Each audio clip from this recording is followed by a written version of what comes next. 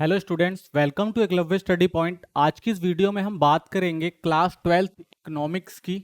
और जो हमारी बुक है वो है मैक्रो इकोनॉमिक्स समष्टि अर्थशास्त्र। यूनिट 4 देखेंगे इसका। और जो चैप्टर है वो है सरकारी बजट और अर्थव्यवस्था। ठीक है, आप हमारा टेलीग्राम चैनल जो है वो ज्वाइन कर लीजिए, जो क्लास 12 ईएसपी न्यू ग्रुप नाम से है। यहाँ पे हमारा चैनल से संबंधित जो भी इंपॉर्टेंट पीडीएफ नोट्स हैं या जो भी इंपॉर्टेंट अपडेट्स हैं और जो भी क्वेश्चन पेपर्स वगैरह क्यूरी है वो सारी आपको यहाँ पर दे दी जाएगी। ठीक है, अगर आपको हमारे डिटेल नोट्स पढ़ने हैं तो आप हमारी वेबसाइट विजिट कर सकते हैं, जो eklavyastudypoint.com नाम से है। ठीक है, तो आप 12th के जो भी सब्जेक्ट हैं उन सबके आपको यहाँ पे नोट्स, एमसीक्यू क्वेश्चन और जो भी आपके लॉन्ग क्वेश्चन, शॉर्ट क्वेश्चन है वो सारे यहाँ पर प्रोवाइड करवा दिए जाएंगे। ठीक है, तो आप विजिट कर सकते हैं। तो आज हम समझते हैं कि हमारा जो सरकारी बजट का टॉपिक है उस पर क्या क्या चीज़ों पर डिस्कशन रहेगी। तो देखेंगे सरकारी बजट क्या होता है, उसके अर्थ, उद्देश्य, घटक को समझेंगे। सरकारी बजट की जो प्राप्तियां होती हैं, राजस्व प्राप्तियां, पूंजीगत प्राप्तियां, इनको देखेंगे। फिर समझेंगे सरकारी बजट का जो व्यय होता है वो कैसे होता है, राजस्व व्यय और पूंजीगत व्यय। फिर देखेंगे बजट को संतुलित कैसे किया जाता है, ठीक है ना, और घाटे का बजट क्या होता है और सरकारी घाटे के उपाय क्या होते हैं। तो इन जो भी हमारे ये टॉपिक्स हैं, इन सारे टॉपिक्स पर हम क्या करेंगे, डिस्कशन करेंगे। तो सबसे पहले समझते हैं हम बजट क्या होता है। ठीक है, तो बजट का अर्थ होता है, बजट का आगामी वित्तीय वर्ष में सरकार की अनुमानित आय और अनुमानित व्यय का मदवार यानी आइटम वाइज विवरण होता है।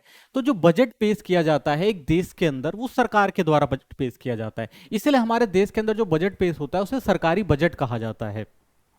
और जो सरकारी बजट होता है वो क्या होता है कि अनुमानित आय होती है, यानी गवर्नमेंट जो होगी, जो सरकार होगी, पूरे साल के अंदर आय कहां से लेकर आएगी, कहां से सृजित करेगी और वह किन चीजों पर करेगी। ठीक है ना, तो एक वित्तीय वर्ष के अंदर इन सब चीजों का आइटम वाइज यानी एक एक चीज का जो है वो गवर्नमेंट क्या होती है, विवरण देती है कि हम आने वाले सालों में हमने क्या किया था और आने वाले सालों में हम क्या क्या करेंगे, किन किन चीजों पर खर्चा करेंगे, कहां कहां से हम पैसा लेकर आएंगे। इन सब चीजों का विवरण जो होता है वो सरकारी बजट में सरकार को देना पड़ता है। ठीक है, तो संसद में हर साल ये पेश किया जाता है।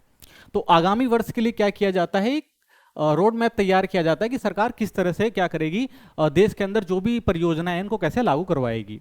तो अगर हम साधारण शब्दों में बजट को देखें तो कह सकते हैं विभिन्न शीर्षकों को यानी अलग अलग चीजों को के अंतर्गत होने वाला प्रत्याशित व्यय, यानी अलग अलग चीजों पर जो गवर्नमेंट खर्चा करेगी, ठीक है ना, और उस खर्चे के लिए कहां से साधन जुटाएगी। तो इन सब के जो भी प्रस्तावित स्रोत होते हैं उन सब चीजों को क्या करती है, विवरण जो है वो गवर्नमेंट देती है। तो अगर हम नॉर्मल रूप से देखें तो कह सकते हैं कि सरकार क्या करती है, इसके अंदर प्राप्तियां करती है, ठीक है ना, और साथ में क्या करती है, व्यय करती है। यानी एक देश की अर्थव्यवस्था को चलाने के लिए गवर्नमेंट क्या क्या चीजें करेगी, ठीक है ना, देश के कल्याण के लिए क्या क्या करेगी और उन सब चीजों के लिए पैसे, धन कहां से जुटाएगी और किन किन चीजों पे खर्च करेगी। तो ये पूरा एक विवरण जो होता है वो सरकार अपने बजट के अंदर देती है। ठीक है, अगर भारत की बात करें तो भारत में जो बजट का जो वित्तीय वर्ष होता है वो 1 अप्रैल से 31 मार्च तक का होता है। ठीक है ना, तो ये पूरा एक फाइनेंशियल ईयर लिया जाता है और इसी के अकॉर्डिंग हमारे देश का जो है वो बजट बनता है और बजट को जो है वो संसद में पेश किया जाता है। अब समझते हैं कि जो हमारा बजट होता है, ठीक है, तो बजट के उद्देश्य क्या होते हैं, यानी बजट जो होता है वो बजट को क्यों पेश किया जाता है, क्या कारण है कि भाई बजट जो है पेश करना जरूरी होता है किसी देश के लिए। तो इसके उद्देश्य समझते हैं। सबसे पहले किसी भी बजट को पेश करने का सबसे महत्वपूर्ण उद्देश्य होता है आर्थिक विकास करना। ठीक है, क्योंकि एक देश होता है और उस देश के अंदर अगर आर्थिक विकास करना है तो हमें समझना पड़ेगा कि भाई किन किन चीजों पे हमें अभी और ज्यादा पैसा लगाने की जरूरत है या उस सेक्टर को कैसे हमें मजबूत करना है। तो ये जरूरी हो जाता है आर्थिक विकास। तो देश के आर्थिक विकास को बढ़ाना ताकि लोगों के जीवन स्तर को अच्छा हो सके, यानी हमें क्या करना होता है भाई, गवर्नमेंट को ये करना होता है कि लोगों के जीवन स्तर को अच्छा करने के लिए क्या करना पड़ेगा कि अर्थव्यवस्था का विकास करना पड़ेगा और आर्थिक विकास के लिए गवर्नमेंट को क्या करना पड़ेगा, बहुत सारी नीतियां और परियोजनाएं लेकर आना पड़ेगा। तो आर्थिक विकास से ही अर्थव्यवस्था में वस्तु और सेवाओं की उत्पादन क्षमता में निरंतर वृद्धि होती है। ठीक है ना, यानी अगर जब तक उत्पादन नहीं होगा वस्तु और सेवाओं का, तब तक क्या होता है, किसी भी देश में की जो अर्थव्यवस्था होती है वो आगे नहीं बढ़ सकती। तो गवर्नमेंट ये तय करती है अपने बजट के द्वारा कि किस तरह से हम क्या कर सकें, आर्थिक विकास कर सकें। ठीक है, भारत के कल्याणकारी देश है जिसे आम लोगों के कल्याण के अनुकूल बजट नीति अपनानी पड़ती है। तो भारत जो एक विकासशील देश है, हमारे यहाँ गरीबी थोड़ी ज्यादा है, तो इसलिए सरकार को क्या करना पड़ता है, बहुत सारी कल्याणकारी नीति भी बनानी पड़ती है और उन सब चीजों को भी बजट में देना पड़ता है ताकि आर्थिक विकास जो हो वो सबका आर्थिक विकास हो सके। ठीक है, सेकंड देखते हैं, आय में विषमता को दूर करना। अब आय में विषमता क्या होती है? तो आय में विषमता कम करने का जो हमारे प्रगतिशील करों और आर्थिक सहायता द्वारा सरकार आय और संपत्ति में विषमता को दूर कर सकती है।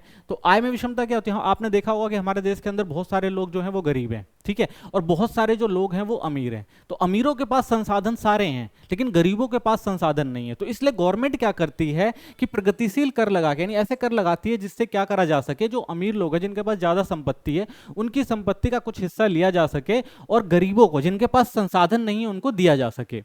जैसे अमीरों की आय पर और उनके द्वारा उपभोग की जाने वाली वस्तुओं पर अधिक कर लगाकर अमीरों की प्रयोज्य आय को कम किया जा सकता है, ठीक है ना। तो गवर्नमेंट क्या करेगी कि ज्यादा टैक्स लगाएगी जिससे जो अमीर लोग हैं जिनको जो बेसिक चीजों से और ज्यादा चीजें वो लोग खरीदते हैं, तो उन चीजों पर क्या हो, जो भी उनकी भोग विलास की जो वस्तुएं होती हैं उन पर ज्यादा टैक्स लगाया जाए ताकि वो पैसा जो है वो गवर्नमेंट के पास आए और गवर्नमेंट लोक कल्याण के लिए लगा सके।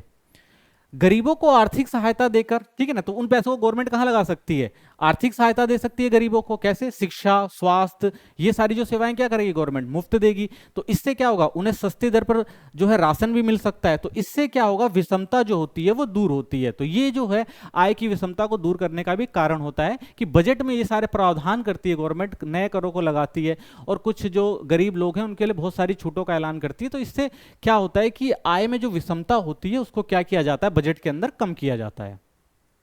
अगला पॉइंट देखते हैं, आय के पुनर्वितरण। तो आय के पुनर्वितरण से अभिप्राय यह है कि अमीर लोगों में धन केंद्रित ना हो और गरीब लोगों की वास्तविक आय में वृद्धि होती जाए। यानी ये कहने का मतलब है कि जो गवर्नमेंट है ऐसा कुछ प्रोविजन बनाए, यानी ऐसी नीतियां बनाए जिनमें जो आय है यानी किसी एक के पास ना रह जाए, यानी सारी की सारी आय का यूज जो है वो अमीर लोग ना करें, ठीक है। जैसे हमारे देश के अंदर भी अगर हम देखते हैं तो हमारे यहाँ जो है गरीबी ज्यादा है और अमीरों का प्रतिशत कम है, लेकिन सबसे ज्यादा अगर संसाधन देखें या सबसे ज्यादा पैसा देखें उन लोगों के पास है।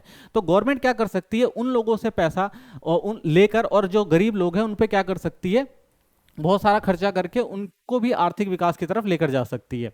तो इनमें गवर्नमेंट क्या कर सकती है, इसके लिए करो, आर्थिक सहायता और सार्वजनिक व्यय जैसे उपयोग का प्रयोग किया जा सकता है। तो गवर्नमेंट क्या करेगी भाई, उनसे टैक्स लेगी अमीरों से, और गवर्नमेंट क्या करेगी, जो गरीब लोग हैं उनको सहायता, आर्थिक सहायता देगी और सार्वजनिक व्यय की चीजों को पे खर्चा करेगी जिससे उनके पास जो संसाधन जिनके पास कम है, गरीबों लोगों के पास, तो उनको उन सबका फायदा मिल सके। और सामाजिक कल्याण बढ़ाने के लिए आय का पुनर्वितरण बहुत जरूरी है। और ये जरूरी भी है, क्यों? क्योंकि सारी सुविधाएं जो हैं वो जो अमीर लोग होते हैं वो उनके पास धन है तो वो सारी चीजों को क्या कर सकते हैं, यूज कर सकते हैं। लेकिन जो गरीब लोग होते हैं उनके पास जो होते हैं संसाधन कम होते हैं, तो गवर्नमेंट क्या कर सकती है, उनसे ज्यादा टैक्स लेकर बहुत सारी परियोजनाएं नई शुरू करके उन पैसों को कहां तक पहुंचा सकती है, गरीबों तक पहुंचा सकती है। तो इससे क्या होगा कि जो गरीब लोग हैं उनका भी जो आर्थिक स्तर है वो अच्छा हो जाएगा। अगला देखते हैं, संसाधनों के उचित वितरण। तो देश के संसाधनों का आवंटन विभिन्न क्षेत्रों का प्राथमिकताओं की अनुसार सामाजिक व आर्थिक संतुलित विकास करना बजट का एक महत्वपूर्ण उद्देश्य होता है, ठीक है ना। तो गवर्नमेंट का एक और उद्देश्य क्या होता है कि जो विकास है, यानी जो हम देखते हैं कि जो संसाधनों का आवंटन है वो इस तरह से किया जाए कि भाई सभी, यानी सामाजिक और आर्थिक संतुलन है जो बना रहे। ऐसा नहीं है कि भाई कि जो भी सामान बनाया जाए या जो भी चीज करी जाए वो अमीरों के लिए हो जाए और गरीबों तक वो चीजें पहुंच ही ना पाए, ठीक है ना। तो इसलिए गवर्नमेंट क्या करती है कि संसाधनों का जो है वो वितरण सही से करती है। तो निवेश को प्रवाहित करने के लिए सरकार द्वारा कर नीति व आर्थिक नीति की सहायता की नीति जो है वो अपनाई जाती है। तो गवर्नमेंट क्या कर देती है, ज्यादा टैक्स लगा देती है। तो ये काम कर सकती है गवर्नमेंट। सरकार उत्पादन के क्षेत्रों को अधिक फंड देकर और अन्य क्षेत्रों से वापस लेकर विभिन्न क्षेत्रों में विकास संतुलन ला सकती है, ठीक है। तो गवर्नमेंट को क्या करना चाहिए कि बहुत सारे हमारे यहाँ क्षेत्र हैं जो आगे, जैसे मान लीजिए अगर दूसरा और तृतीय क्षेत्र है वो हमारा आगे बढ़ रहा है, लेकिन कृषि क्षेत्र है वो अभी भी आगे नहीं बढ़ पा रहा है, पीछे है। तो गवर्नमेंट को क्या करना चाहिए, अधिक फंड कृषि क्षेत्र में लगाना चाहिए और दूसरे और तृतीय क्षेत्र में थोड़े कम फंड करके इसको ज्यादा हमें आगे बढ़ाना चाहिए। या फिर बहुत सारी ऐसी भी चीजें हैं जिनसे देश को फायदा नहीं हो रहा होता लेकिन उन पे खर्चा हो रखा है, अगर उन चीजों से पैसा घटा के किस पे लगा दिया जाए, शिक्षा के क्षेत्र में, इंफ्रास्ट्रक्चर के क्षेत्र में लगाया जाए, तो इससे भी क्या होता है, आर्थिक विकास हो सकता है। यानी संसाधनों का वितरण जो है वो सही तरह से किया जाए। ऐसा ना हो कि जो संसाधन है वो सिर्फ कुछ लोगों के हाथों में लग जाए और वही उसका फायदा उठा सके, ठीक है। आगे देखते हैं, आर्थिक स्थिरता। तो गवर्नमेंट क्या करती है, आर्थिक स्थिरता के लिए भी बजट बनाती है।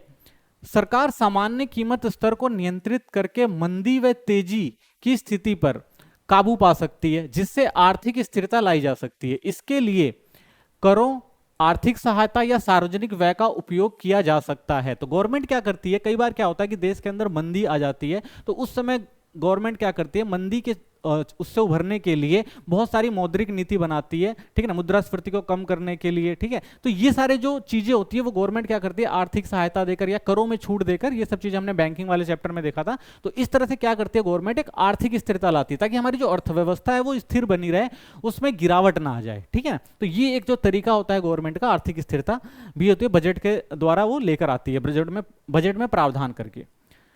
अगला देखते हैं, सार्वजनिक उद्यमों का प्रबंधन तथा वित्तीयन करके। यानी हमारे यहाँ बहुत सारे सार्वजनिक उद्योग है, आप लोग जानते हैं, जो गवर्नमेंट सेक्टर आते हैं, तो उनका अच्छे से प्रबंधन करती है, ठीक है ना, और उसको वित्तीयन करती है, यानी उसे अच्छे से लागू करती है और अच्छे से चलाती है, क्योंकि वो फायदा जो देते हैं वो सरकार को देते हैं, उससे सरकार की आमदनी बढ़ती है। तो इसमें सरकार क्या करती है, उन सब चीजों पर भी खर्चा करती है बजट में, जैसे रेलवे हो गया, भारत पेट्रोलियम हो गया, विद्युत कंपनी हो गई, या भारतीय खाद्य निगम हो गया। तो जैसे सार्वजनिक उद्यमों का कुशलतापूर्वक प्रबंधन करने और वित्तीय से देश की बजट जरूरतों को भली भांति पूरा किया जा सकता है। तो गवर्नमेंट क्या करती है, इन पे भी जो खर्चा करती है और इनकी के लिए भी कुछ नीतियां बनाती है, क्योंकि ये भी एक अच्छे सेक्टर हैं जो भारत सरकार को काफी आमदनी देते हैं। तो इन पे भी गवर्नमेंट खर्चा करके क्या करती है कि और ज्यादा जो है वो विकास करती है। तो इन पे भी काफी बजट पे जो है वो खर्चा किया जाता है। तो ये सारी जो नीतियां हैं, इन नीतियों के तहत गवर्नमेंट जो क्या करती है, बजट बनाती है। तो ये गवर्नमेंट का उद्देश्य होता है कि देश के अंदर एक आर्थिक स्थिरता लेकर आई जाए और गरीब लोगों के लिए भी कुछ काम किया जा सके और अमीर जो लोग हैं उनको थोड़ा नियंत्रित किया जा सके। तो ये सब चीजें जो है बजट के उद्देश्य से करी जाती हैं। अब बात आती है कि जो गवर्नमेंट है वो जो सरकारी बजट बनाती है वो किस तरह से बनाती है और सरकारी बजट में कौन कौन से घटक जो हैं वो रखे जाते हैं, ठीक है। तो बात करते हैं सरकारी बजट की। तो सरकारी बजट कैसे बनता है, तो सरकारी बजट में जो होता है, सबसे पहला हमारा आता है एक राजस्व बजट, ठीक है ना, दो पार्ट होते हैं इसके। दूसरा जो होता है हमारा पूंजीगत बजट। तो दो तरह इसके दो घटक देखे गए हैं, ठीक है, और इनके भी जो होते हैं वो पार्ट होते हैं। अगर हम राजस्व बजट की बात करें तो इसमें आता है राजस्व प्राप्तियां, ठीक है ना। राजस्व बजट दो प्रकार के होते हैं, इसमें राजस्व प्राप्तियां आती हैं और पूंजीगत प्राप्तियां आती हैं, ठीक है, दो चीजें आती हैं। और अगर हम पूंजीगत बजट की बात करते हैं तो इसके अंदर आता है हमारा राजस्व व्यय और पूंजीगत व्यय, ठीक है।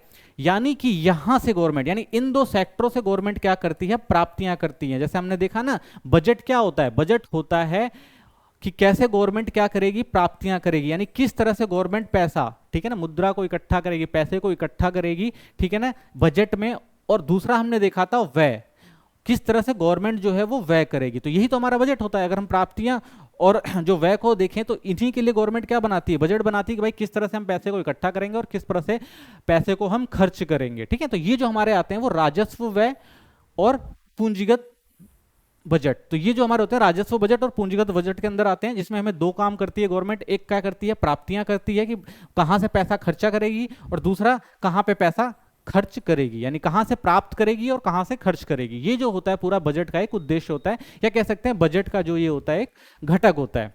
तो सबसे पहले हम समझते हैं प्राप्तियां, कि गवर्नमेंट जो है वो प्राप्तियां कहां से करती है, ठीक है ना। व्यय तो बाद में करेगी, लेकिन पहले यह समझना जरूरी है कि गवर्नमेंट कहां कहां से पैसा लेकर आती है। तो सरकारी बजट की प्राप्तियां, तो प्राप्तियां कैसे करती है गवर्नमेंट, तो सरकारी बजट की जो प्राप्तियां होती हैं वो दो प्रकार से होती हैं। एक गवर्नमेंट हमने देखा राजस्व से प्राप्तियां करती है, और एक गवर्नमेंट कहां से प्राप्ति करती है, पूंजीगत प्राप्तियां करती है। तो दो चीजों से जो गवर्नमेंट है वो प्राप्तियां करती है। अब इन प्राप्तियों को समझते हैं कि ये प्राप्तियां होती क्या हैं। तो ये वह सरकारी प्राप्तियां, यानी गवर्नमेंट ये जो प्राप्तियां करती है जिनसे सरकार की देनदारियां उत्पन्न नहीं होती है। यानी गवर्नमेंट जब यहां से एसेट, यानी यहां से जब पैसा इकट्ठा करेगी, ठीक है, यानी जब भी गवर्नमेंट यहां से पैसा इकट्ठा करेगी तो उससे गवर्नमेंट की देनदारियां नहीं होगी, यानी गवर्नमेंट को कुछ देना नहीं है, बस यहां से क्या लेना है, पैसा लेना है। परिसंपत्तियों जो होती हैं वो कम नहीं होंगी, यानी यहां से परिसंपत्तियां कम नहीं होंगी। यानी गवर्नमेंट जब क्या करेगी, जब राजस्व प्राप्ति करेगी तो इसके अंदर गवर्नमेंट को कुछ देना नहीं है, बस गवर्नमेंट को क्या करना है, लेना है, यहां से सिर्फ आमदनी होगी। तो ये जो हमारा होता है वो राजस्व प्राप्ति होता है, ठीक है। दूसरा देखते हैं पूंजीगत प्राप्तियां। अब जो पूंजीगत प्राप्तियां होती हैं ये सरकार की प्राप्तियां हैं, तो यहां से भी सरकार क्या करती है, प्राप्त करती है। लेकिन यहां पर उल्टा हो जाता है, यहां पे गवर्नमेंट को क्या करना पड़ता है, देनदारियां उत्पन्न होती हैं, यानी यहां पे गवर्नमेंट को क्या करना पड़ेगा, कुछ देना पड़ेगा, तभी गवर्नमेंट को क्या होगी, वो आमदनी होगी। तो इससे क्या होगा, परिसंपत्तियां कम होंगी, ठीक है, यानी कुछ दे के अगर कुछ लिया जा रहा है तो इसका मतलब क्या है, परिसंपत्तियों में ह्रास होगा, यानी परिसंपत्तियां क्या होंगी, कम होंगी। इस तरह से हम देख सकते हैं कि जो राजस्व प्राप्ति है, यानी गवर्नमेंट क्या करेगी, भाई पैसा आने दो, ठीक है ना, कुछ नहीं देना, बस पैसा ले रही है गवर्नमेंट, तो उसे क्या कहेंगे, राजस्व प्राप्तियां। और अगर गवर्नमेंट को कुछ देकर पैसे प्राप्त करने पड़ रहे हैं, आमदनी प्राप्त करनी पड़ रही है, तो उसे क्या कहा जाता है, उसे पूंजीगत प्राप्तियां कहा जाता है। तो इस तरह से सरकारी बजट की जो प्राप्तियां होती हैं वो दो पार्ट में डिवाइड कर दी जाती हैं, ठीक है। अब समझते हैं कि जो बजट, यानी जो बजट सरकार की प्राप्तियां हैं, ठीक है, इनको हमने देखा दो पार्ट में डिवाइड किया जाता है। एक किस में किया जाता है, एक जो होता है वो होता है राजस्व प्राप्तियां, और जो दूसरा होता है वो होती है पूंजीगत प्राप्तियां।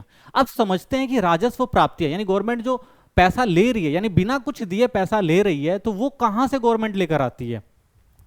तो सबसे पहले दो तरह के होते हैं, कर राजस्व से गवर्नमेंट पैसा वसूलती है राजस्व प्राप्तियां में, और दूसरा गैर राजस्व तत्वों से क्या करती है गवर्नमेंट, पैसा वसूलती है। यानी दो जगह से गवर्नमेंट, यानी जब राजस्व की बात आएगी तो ये राजस्व दो प्रकार के होंगे, एक होगा कर राजस्व और एक होगा गैर कर राजस्व, ठीक है। अब कर राजस्व और गैर कर राजस्व क्या होता है, इसको समझते हैं। तो कर राजस्व होता है कर, टैक्स, हमारा प्रत्यक्ष टैक्स, और दूसरा जो होता है वो क्या होता है, हमारा अप्रत्यक्ष कर, ठीक है। तो अप्रत्यक्ष कर यानी एक प्रत्यक्ष कर से गवर्नमेंट पैसा लेती है और एक अप्रत्यक्ष कर से गवर्नमेंट पैसा लेती है। अब समझते हैं प्रत्यक्ष कर क्या होता है। तो प्रत्यक्ष कर में हमारा आता है आयकर, निगम कर, व्यय कर, धन कर, उपहार कर। और अप्रत्यक्ष कर में क्या क्या आता है, विक्रय कर हो गया हमारा, सीमा शुल्क हो गया, उत्पादन शुल्क, सेवा कर, मूल्य वृद्धि। तो ये जो होते हैं हमारे अप्रत्यक्ष कर होते हैं। फिर गवर्नमेंट गैर कर कौन से होते हैं, तो गैर कर में आ जाती है हमारी बजट प्राप्तियां, लाभ व लाभांश, फीस व जुर्माना, विदेशी अनुदान, विशेष आकलन। तो ये हमारे जो आ जाते हैं गैर कर राजस्व में आ जाते हैं। फिर आता है गवर्नमेंट पूंजीगत प्राप्तियां किन किन चीजों से करती है। तो पूंजीगत प्राप्तियों में आ जाते हैं हमारे ऋण की वसूली, विनिवेश आ जाता है, उधार लेना हो गया, भविष्य निधि पीएफ हो गया। तो ये सब जो होता है वो पूंजीगत प्राप्तियां होती हैं। तो ये जो हमने देखा कि ये जो गवर्नमेंट है वो जो बजट की जो सरकारी प्राप्तियां हैं वो कहां से होती है हमारी, वो राजस्व प्राप्तियों से होती है और एक पूंजीगत प्राप्तियों से होती है। तो राजस्व प्राप्तियां जो होती हैं वो कर राजस्व और गैर कर राजस्व में डिवाइड होती हैं, ठीक है ना। और कर राजस्व जो होता है वो हमारा प्रत्यक्ष कर और अप्रत्यक्ष कर होता है, और गैर कर राजस्व जो होता है हमारा ये चीजें होती हैं, और पूंजीगत प्राप्तियों में ये सारी चीजें आ जाती हैं। तो ये हमारा एक फ्लो चार्ट हो गया। अब इनको अच्छे से समझते हैं ये चीजें होती क्या है। तो सबसे पहले हम बात करते हैं राजस्व प्राप्तियों में कर राजस्व की, ठीक है। तो राजस्व प्राप्तियां हमने सबसे पहले देखा, जो गवर्नमेंट बजट बना रही है प्राप्तियां कहां से कर रही है, वो राजस्व से। तो कर राजस्व जो पहला हमारा पॉइंट था, ठीक है ना, कर राजस्व की हम बात कर रहे थे। तो कर राजस्व क्या होता है हमारा, इसको समझते हैं और इसके पार्ट्स को समझते हैं। तो कर राजस्व सरकार द्वारा लगाए गए सभी करों और शुल्कों से प्राप्त राशियों का योग होता है। यानी गवर्नमेंट क्या करती है, कर लगाती है और शुल्क वसूल करती है, ठीक है ना। कंपनियों, व्यक्तियों और कंपनियों की आय व लाभ पर लगाया जाता है। यानी चाहे एक व्यक्ति लाभ कमा रहा हो, चाहे एक कंपनी एक व्यक्ति आय कमा रहा हो और एक जो कंपनी है वो लाभ कमा रहा हो, तो इन सब पे गवर्नमेंट क्या करती है, टैक्स लगाती है। और इनके बदले क्या होता है, वो कोई सरकारी सेवा नहीं देती है। यानी गवर्नमेंट कोई सेवा नहीं देगी, क्या कहेगी, भाई एक देश के विकास करना है और देश के एक जिम्मेदार आप नागरिक हैं और एक देश की जिम्मेदार कंपनी है, तो देश के विकास के लिए आपको क्या देना पड़ेगा, टैक्स देना पड़ेगा। तो इसलिए गवर्नमेंट क्या कहती है, भाई कुछ नहीं देती है, बस क्या करती है, वो टैक्स ले लेती है उनसे, ठीक है। और ये टैक्स हमने देखा था, पहले हमने देखा था प्रत्यक्ष कर, ठीक है ना। तो प्रत्यक्ष कर क्या होता है समझते हैं। तो प्रत्यक्ष कर जब कर अदा करने की देनदारी और कर का भार एक व्यक्ति पर पड़ता है तो उस कर को प्रत्यक्ष कर कहते हैं, ठीक है ना। तो कर राजस्व के अंदर सबसे पहले क्या आता है, प्रत्यक्ष कर। तो प्रत्यक्ष कर क्या होता है, जब गवर्नमेंट क्या करेगी, गवर्नमेंट जो होगी कुछ नहीं दे रही होगी, ठीक है ना, और बदले में किसी एक व्यक्ति से उसकी इनकम के ऊपर, आय के ऊपर क्या ले लेगी, टैक्स ले लेगी। तो उसे क्या कहा जाएगा, उसे कहा जाता है प्रत्यक्ष कर। और ये प्रत्यक्ष कर कौन कौन से होते हैं, ये प्रत्यक्ष कर होते हैं हमारे आयकर, निगम कर, व्यय कर, धन कर और उपहार कर, ठीक है। तो इनको कहा जाता है प्रत्यक्ष कर। तो गवर्नमेंट इसमें क्या होता है, एक व्यक्ति के ऊपर सारा भार होता है, ठीक है ना, और वही क्या करता है, वो कर देता है। अगला समझते हैं अप्रत्यक्ष कर। अप्रत्यक्ष कर क्या होते हैं। तो अप्रत्यक्ष कर वह होता है जिसका आरंभिक भार या प्रभाव एक व्यक्ति पर पड़ता है, लेकिन वह भार दूसरे व्यक्ति पर डालने में सफल हो जाता है, जैसे जीएसटी, विक्रय कर, सीमा शुल्क, उत्पादन शुल्क, सेवा कर, मूल्य वृद्धि, ठीक है। तो अप्रत्यक्ष कर वो कर होते हैं जो किसी एक व्यक्ति के ऊपर तो पड़ते हैं, लेकिन वो क्या करता है, चालाकी से दूसरे के ऊपर डाल देता है। जैसे आप लोगों ने देखा होगा, आप कुछ सामान लेने जाते हैं, जब कोई भी सामान खरीदते हैं तो दुकानदार क्या करता है, उसके ऊपर जीएसटी लिख देता है। ठीक है, यानी उसने सामान खरीदा था तो जीएसटी क्या किया, उसने आपके नाम का काट दिया। यानी जब उसने सामान खरीदा होगा तो जीएसटी उसके ऊपर भी लगा होगा, लेकिन उसको जब वो सेल करता है तो क्या करता है, उस जीएसटी को आपके नाम पर बनाकर और आपको बेच देता है। यानी वो क्या करता है, खुद का कर जो होता है वो आपसे वसूल लेता है, उसके बाद वो गवर्नमेंट को देता है। तो इसे क्या कहा जाता है, इसे कहा जाता है अप्रत्यक्ष कर। यानी जो हमसे डायरेक्ट नहीं लिया जाता, इनडायरेक्टली ले लिया जाता है। तो इनडायरेक्टली अगर हम कहें, कोई भी अगर हम सामान मार्केट से खरीदने जाते हैं तो सब पे हमें क्या देना पड़ता है, इनडायरेक्ट जो टैक्स है यानी अप्रत्यक्ष कर है वो हमें देना पड़ता है। ठीक है, तो ये हो गया हमारा। तो ये हमने देखा जो हमारा कर राजस्व से मिले थे। कुछ ऐसी भी चीज होती है गवर्नमेंट जो वसूलती है, वो गैर कर राजस्व से वसूलती है। तो गैर कर राजस्व क्या होता है, यह भी सरकार की आय का महत्वपूर्ण स्रोत है जो सरकार के प्रशासनिक कार्यों से सृजित होती है। यानी ये जो गवर्नमेंट पैसा लेती है वो कैसे लेती है, वो प्रशासनिक कार्यों से लेती है। ठीक है, इसमें गवर्नमेंट कुछ देती नहीं है, लेकिन कुछ काम करके देती है आपको, उसके बदले क्या ले लेती है, वो पैसा ले लेती है। इसमें सरकारी उद्यमों द्वारा बेची गई वस्तुओं से व सरकार की विभागों द्वारा प्रदान सेवाओं से प्राप्त आय शामिल की जाती है। ठीक है, यानी इसमें गवर्नमेंट क्या करता है, इसमें भी गवर्नमेंट क्या करती है, टैक्स लेती है, लेकिन वो भी क्या होता है, वो उन चीजों पर लेती है गवर्नमेंट जो प्रशासनिक सेवा के अंदर आती है। अगर कोई प्रशासनिक सेवा आपने गवर्नमेंट से ली है तो उसके बदले गवर्नमेंट क्या कर देती है, सेवा के बदले कुछ शुल्क लेती है। ठीक है, जैसे हम कह सकते हैं बाजार प्राप्तियां, सॉरी ब्याज प्राप्तियां। केंद्र सरकार द्वारा राज्य सरकार, संघ राज्य, क्षेत्रीय, स्थानीय सरकारी, निजी उद्यमी लोगों को दिए गए ऋण पर बड़ी मात्रा में ब्याज प्राप्त करती है। ठीक है, तो गवर्नमेंट क्या करती है, इसके अंदर गैर राजस्व के अंदर ब्याज के रूप में पैसा लेती है। ठीक है, दूसरा लाभ और लाभांश। सरकार ने सार्वजनिक उद्यम स्थापित किए हैं जो पदार्थ व सेवाओं का उत्पादन करते हैं और बिक्री से लाभ अर्जित करते हैं, जैसे राष्ट्रीय बैंक, भारतीय उद्योग वित्त निगम, भारतीय बीमा निगम, एलआईसी आदि। इससे सरकार को लाभांश की प्राप्ति होती है। तो इसमें गवर्नमेंट क्या को कैसे पैसा मिलता है, लाभ के रूप में पैसा मिलता है। ठीक है, तो लाभांश से भी क्या होता है, गवर्नमेंट जो है वो अच्छा खासा पैसा लेती है, क्योंकि गवर्नमेंट की भी बहुत सारी कंपनियां हैं जो गवर्नमेंट ने खोली हुई हैं, जैसे राष्ट्रीयकृत बैंक, भारतीय औद्योगिक वित्त निगम और भारतीय बीमा निगम। तो इससे भी गवर्नमेंट को क्या मिलता है, इन कंपनियों से लाभ मिलता है। तो यहाँ से भी ये भी जो गवर्नमेंट की जो आय की प्राप्ति का जो है एक साधन है गैर राजस्व व्यय में। तीसरा आता है हमारा अधिग्रहण या स्वायत्त। जो लोगों द्वारा बिना किसी कानूनी उत्तराधिकारी के छोड़ी गई संपत्ति से प्राप्त होता है, ऐसी संपत्ति का कोई दावेदार नहीं होता, सरकार इसका अधिग्रहण कर लेती है। यानी ये वो संपत्ति होती है जो गवर्नमेंट के पास आती है। मान लीजिए अगर कोई व्यक्ति है, उसका कोई उत्तराधिकारी नहीं है और उसकी मृत्यु हो जाती है, तो उसकी मृत्यु के बाद गवर्नमेंट क्या करती है कि जो भी उसकी संपत्ति है उसका अधिग्रहण कर लेती है, तो वो गवर्नमेंट प्रॉपर्टी हो जाती है। तो यहां से भी गवर्नमेंट को क्या होता है, आय प्राप्त होती है गैर राजस्व से। अगला आता है हमारा विशेष आकलन।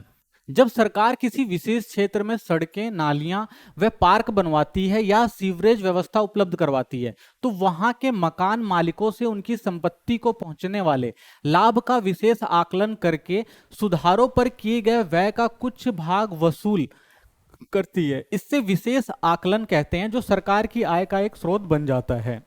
यानी ऐसा इलाका जहां पर गवर्नमेंट ने क्या किया, बहुत सारे इंफ्रास्ट्रक्चर के काम किए। ठीक है ना, जैसे क्या किया, सीवरेज व्यवस्था कराई, ठीक है ना, पार्क बनवा दिए, अच्छी रोड बनवा दी। तो उसके बाद वहां की जो स्थिति होती है, यानी वो जो एरिया होता है, उस एरिया की जो वैल्यू होती है वो ज्यादा बढ़ जाती है। तो उसके बाद गवर्नमेंट को लगता है भाई इसका एक आकलन करना चाहिए, और उसके बाद गवर्नमेंट क्या करती है, उसका आकलन करती है, और फिर वहां से जो उन्होंने गवर्नमेंट ने खर्चा किया होता है उसका कुछ भाग जो होता है उन लोगों पर डालकर उनसे वसूलती है। तो उसे कहा जाता है विशेष आकलन। अगला विदेशी सहायता अनुदान। यानी सरकार को विदेशी सरकारों व अंतर्राष्ट्रीय संस्थाओं जैसे WHO हो गया, यूनेस्को हो गया, से अनुदान, उपहार, भेंट और योगदान के रूप में वित्तीय सहायता मिलती है। यानी गवर्नमेंट को क्या होता है, बाहर से भी अंतर्राष्ट्रीय संस्थाएं हो गई, ठीक है ना, ये लोग भी क्या करते हैं, देश के अंदर बहुत सारा डोनेशन देते हैं, अनुदान देते हैं। तो यहां से भी गवर्नमेंट को क्या होता है, अच्छी खासी आय हो जाती है। तो ये भी गवर्नमेंट का क्या है, एक आय का स्रोत है। अगला देखते हैं फीस और जुर्माना। सरकार को विभिन्न प्रशासकीय कार्यों से आय होती है, जैसे स्कूल में पढ़ाई की फीस। ठीक है ना, गवर्नमेंट क्या करती है, बहुत सारे गवर्नमेंट के स्कूल हैं, ठीक है ना, और वहाँ पे क्या करती है गवर्नमेंट, स्कूल में अगर पढ़ाया जाता है तो वहाँ पे क्या करती है, फीस वसूलती है, केंद्रीय विद्यालय वगैरह हो गया तो वहाँ से फीस जो होता है गवर्नमेंट के आय का एक हिस्सा होता है। अस्पतालों में कार्ड बनाए जाते हैं, आपने देखा होगा बहुत सारे ईएसआई कार्ड, ये सब चीजें बनाई जाती है गवर्नमेंट के द्वारा, ठीक है ना। तो वो भी जो होता है क्या होता है, गवर्नमेंट की आय का एक वो जो फीस होती है जरिया होता है। रजिस्ट्री कराने के लिए भी फीस लगती है, अगर आप कोई भी मकान खरीदते हैं, कोई भी जमीन खरीदते हैं तो उसके लिए आपको क्या करना पड़ता है, एक जो है तो आपको उसके बदले क्या देना पड़ता है, एक फीस देनी पड़ती है रजिस्ट्री के लिए, ठीक है।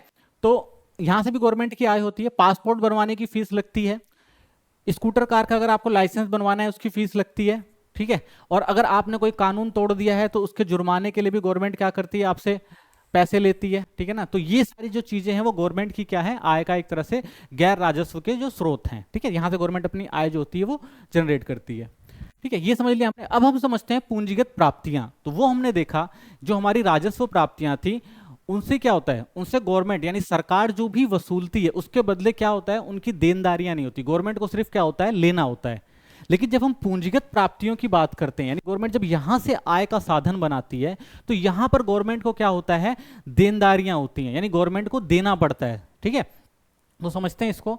सरकार की वे प्राप्तियां वे देनदारियां पैदा करती हैं। तो जैसा हमने कहा ये क्या करती हैं, देनदारी। अगर गवर्नमेंट को यहां से आय सृजित करनी है तो पूंजीगत प्राप्तियों में क्या होता है, कुछ देना पड़ता है गवर्नमेंट को, जो परिसंपत्तियां कम कर देती हैं और पूंजीगत प्राप्तियां कहलाती हैं। सरकार की पूंजीगत प्राप्तियां समझेंगे कौन कौन सी होती हैं।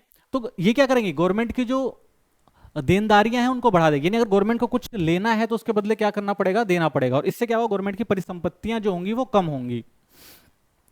पहला, आंतरिक व विदेशी ऋण। सरकार अपने व्यय को पूरा करने के लिए खुले बाजार से, भारतीय रिजर्व बैंक से, विदेशी सरकारों व अंतरराष्ट्रीय संस्थाओं जैसे विश्व बैंक से कर्ज लेती है, और उधार की यह धनराशि पूंजीगत प्राप्ति है क्योंकि इसमें सरकार की देनदारी निहित है। यानी क्या होगा कि अगर गवर्नमेंट ने क्या किया, किसी भी संस्था से, चाहे वो आरबीआई से लिया, भारतीय रिजर्व बैंक से लिया, ठीक है ना, विदेशी सरकारों से लिया, यानी किसी से भी उधार लिया है, तो वो क्या होता है, एक तरह से उधार जो होता है वो देना होगा। तो एक तरह से क्या करेगा, ऊपर संपत्तियों को कम करेगा ना गवर्नमेंट की। तो ये क्या होती है, देनदारी, यानी गवर्नमेंट को क्या करना पड़ेगा, देना पड़ेगा। तो ये देनदारी निहित करता है। तो जो विदेशी ऋण होता है वो किसके अंदर रखा जाता है, पूंजीगत प्राप्तियों के अंदर रखा जाता है। सेकंड, ऋणों व अग्रिमों की वसूली। केंद्र सरकार द्वारा राज्य सरकारों व केंद्र शासित प्रदेशों में सार्वजनिक क्षेत्र के उद्यमों व विदेशी सरकारों को जो ऋण जो भूतकाल में दिए गए थे उनकी वसूली पूंजीगत प्राप्तियां का अंग होती है, ठीक है। यानी गवर्नमेंट ने क्या किया, अगर किसी को क्या दिया हुआ है, उधार दिया हुआ है, भूतकाल में किसी को उधार दिया हुआ है, तो उसके बदले क्या करना पड़ता है, गवर्नमेंट को पहले पैसा देना पड़ता है। तो जो पैसा जो होता है और उसके बदले जो गवर्नमेंट को क्या मिलता है, जो भी ऋण मिलता है, ठीक है ना, तो उन ऋणों की जो वसूली होती है वो किसके अंदर रखी जाती है, वो भी हमारी पूंजीगत प्राप्तियों के अंदर रखी जाती है। तीसरा आता है विनिवेश। सरकार द्वारा सार्वजनिक क्षेत्र के कुछ चुने हुए उद्यमों के शेयर पूर्ण रूप या आंशिक रूप से बेचकर पूंजी प्राप्त करती है। इसे विनिवेश या निजीकरण भी कहा जाता है क्योंकि इससे सरकारी उद्यमों का स्वामित्व निजी क्षेत्र को हस्तांतरित कर दिया जाता है, ठीक है ना। तो विनिवेश का मतलब क्या होता है, विनिवेश का मतलब इसमें गवर्नमेंट क्या करेगी, इसमें क्या करेगी, अपनी जो भी पूंजी प्राप्त करने के लिए क्या करेगी, उनके पास जो भी कह सकते हैं सरकारी चीजें हैं, ठीक है, उन सरकारी चीजों को क्या करती है गवर्नमेंट आंशिक रूप से, यानी उसका कुछ पार्ट जो होता है वो क्या होता है, बेच देती है। जैसे गवर्नमेंट ने रेलवे का 30% कर दिया निजीकरण, तो उसे क्या कहा जाता है, विनिवेश भी कहा जाता है, यानी सरकारी सामान को बेचना जो क्या होता है वो विनिवेश होता है। और दूसरा हम उसको क्या कह सकते हैं, निजीकरण भी कह सकते हैं, क्योंकि वो किसके हाथ में गया है, वो निजी कंपनियों के हाथ में गया तो उसे निजीकरण कहा जाता है, ठीक है। तो ये गवर्नमेंट यहां से भी क्या करती है, पूंजी प्राप्त करती है। लघु बचतें, इसमें छोटी छोटी बचतें जैसे डाकघर बचत, ठीक है ना, गवर्नमेंट की बहुत सारी स्कीम होती है जहां पर गवर्नमेंट को पैसा मिलता है, जैसे डाकघर बचत हो गया, सामान्य भविष्य निधि जीपीपी हो गया, राष्ट्रीय बचत योजना एनएसएस, किसान विकास पात्रों के रूप में जमा राशियां शामिल की जाती है। तो इनसे भी गवर्नमेंट को क्या होता है, गवर्नमेंट के खाते में पैसे आते हैं, तो ये भी गवर्नमेंट की जो है वो प्राप्तियां होती हैं, ठीक है ना। तो ये पूंजीगत प्राप्तियों के अंदर इन सब चीजों को शामिल किया जाता है। अब समझते हैं कि अभी तक तो हमने समझा कि प्राप्तियां, यानी गवर्नमेंट ने कहां कहां से पैसा इकट्ठा किया, राजस्व प्राप्तियों से किया और पूंजीगत प्राप्तियों से किया, ठीक है। तो राजस्व प्राप्तियां वो प्राप्तियां थी जहां पर गवर्नमेंट को क्या करना पड़ा, अपनी परिसंपत्तियों को देना भी नहीं पड़ा और उनके पास आय भी आई। वहीं जब हम पूंजीगत बात करते हैं पूंजीगत की, तो पूंजीगत राजस्व में क्या होता है, पूंजीगत में गवर्नमेंट को क्या करना पड़ता है, अपनी कुछ परिसंपत्तियों को देना, यानी अपनी परिसंपत्ति देने के बाद आय प्राप्त होती है। ठीक है, तो ये हमारी हो गई राजस्व प्राप्तियां और पूंजीगत प्राप्तियां। अब हम बात करते हैं कि गवर्नमेंट के पास जब पैसा आ जाता है तो वो गवर्नमेंट खर्चा कहां करती है, यानी अपनी आय को वो खर्च कहां पर करेगी, तो उसे क्या कहा जाता है, उसे कहा जाता है सरकारी व्यय, बजट व्यय या सरकारी व्यय कहा जाता है। तो ये कितने प्रकार के होते हैं, ये भी दो प्रकार के होंगे, राजस्व व्यय और पूंजीगत व्यय। ठीक है, जैसे वहां पर राजस्व जो प्राप्तियां थी, यहां पर वो राजस्व क्या हो जाता है, व्यय हो जाता है। वहीं पहले जो हमारे पास पूंजीगत प्राप्तियां थी, अब वो क्या हो जाता है, पूंजीगत व्यय हो जाता है। यानी गवर्नमेंट ने जहां से पैसा इकट्ठा किया था, सेम उसी प्रोसीजर के जरिए गवर्नमेंट क्या करती है, उस पैसे को खर्च भी करती है। तो राजस्व व्यय क्या होता है, राजस्व व्यय जिस व्यय से ना तो परिसंपत्तियों का निर्माण होता है और ना ही देनदारियों में कमी आती है, सेम वही चीज है। तो क्या होगा, क्योंकि इसमें क्या होगा, परिसंपत्तियों का निर्माण होता है और ना ही देनदारियों में कमी आती है, यानी तो इसमें गवर्नमेंट को ना तो क्या होगा, ना तो गवर्नमेंट कुछ खरीदेगी और ना ही गवर्नमेंट क्या करेगी, कुछ बेचेगी, उसे राजस्व व्यय माना जाता है। वह राजस्व व्यय जो सरकार के विभागों के सामान्य कार्यों, विभिन्न सेवाओं, ब्याज भुगतान तथा आर्थिक सहायता आदि पर किया जाता है। तो ये जो पैसा आता है, यानी जो राजस्व व्यय का पैसा, जो राजस्व प्राप्तियों का पैसा आता है, तो गवर्नमेंट कहां करती है, राजस्व व्यय पर खर्च करती है। कहां क्या करेगी, जो भी सरकारी विभाग है उन पे खर्च करती है, तो जो भी सामान्य कार्य हो गए सरकारी के, उन पे खर्च करेगी। विभिन्न सेवाओं पर, अलग अलग सेवाएं जो होती हैं उन पे खर्च कर देती है। ब्याज का जो भुगतान होता है उस पे खर्च कर देती है। देश के अंदर जो आर्थिक सहायता दी जाती है लोगों पे, उस पे खर्च कर देती है। तो ये जो राजस्व प्राप्तियों का पैसा आता है, वो राजस्व व्यय पे खर्चा किया जाता है। राजस्व व्यय से किसी संपत्ति का सृजन नहीं होता, तो इससे गवर्नमेंट क्या करती है, कोई संपत्ति नहीं बना रही होती है। तो राजस्व व्यय राजस्व प्राप्तियों, यानी कर राजस्व व गैर कर राजस्व, जैसा बताया ना हमने कि जो कर राजस्व होता है और जो गैर कर राजस्व होता है, ठीक है ना, उनसे गवर्नमेंट क्या करती है, पैसा इकट्ठा करती है। ठीक है ना, उन्हीं खातों से ही इकट्ठा करके उन्हीं खातों में क्या किया जाता है, खर्चा किया जाता है। तो राजस्व व्यय के अगर हम उदाहरण देखें तो क्या क्या है, सरकारी कर्मचारियों की जो तनख्वाह होती है वो भी गवर्नमेंट किससे देती है, राजस्व व्यय से देती है, जो राजस्व व्यय पे खर्चा करती है, जो राजस्व प्राप्तियां से हुई होती हैं। लिए गए ऋण पर ब्याज की अदायगी, यानी जो ब्याज लिया होता है गवर्नमेंट ने, वो भी किससे खर्च करती है, वो भी अपना राजस्व जो व्यय होता है उससे खर्च करती है। पेंशन, आर्थिक सहायता, अनुदान, ग्रामीण विकास के जो काम हो गए, शिक्षा व स्वास्थ्य के जो काम हो गए, रक्षा सेवाएं जो हो गई, तो इन सब का जो भी खर्चा होता है वो गवर्नमेंट कहां से करती है, वो राजस्व व्यय से ही खर्चा करती है।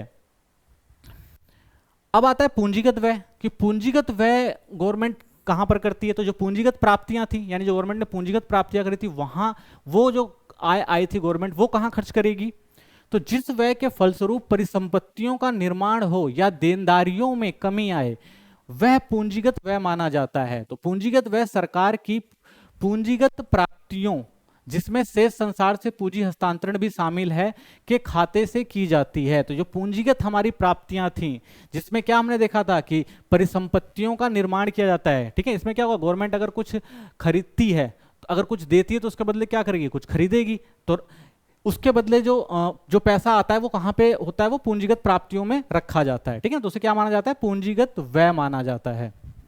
ठीक है, तो और क्या होगा इसके अंदर, यानी जब परिसंपत्तियों का निर्माण होता है, देनदारियों में कमी आती है। मान लिया गवर्नमेंट ने क्या किया था, कहीं से पैसा उधार लिया था और उसके बाद गवर्नमेंट ने क्या किया, उसको चुकाया, तो वो क्या होगा, उससे क्या होगा कि देनदारी में क्या हो जाएगी, गवर्नमेंट की कमी आ जाएगी।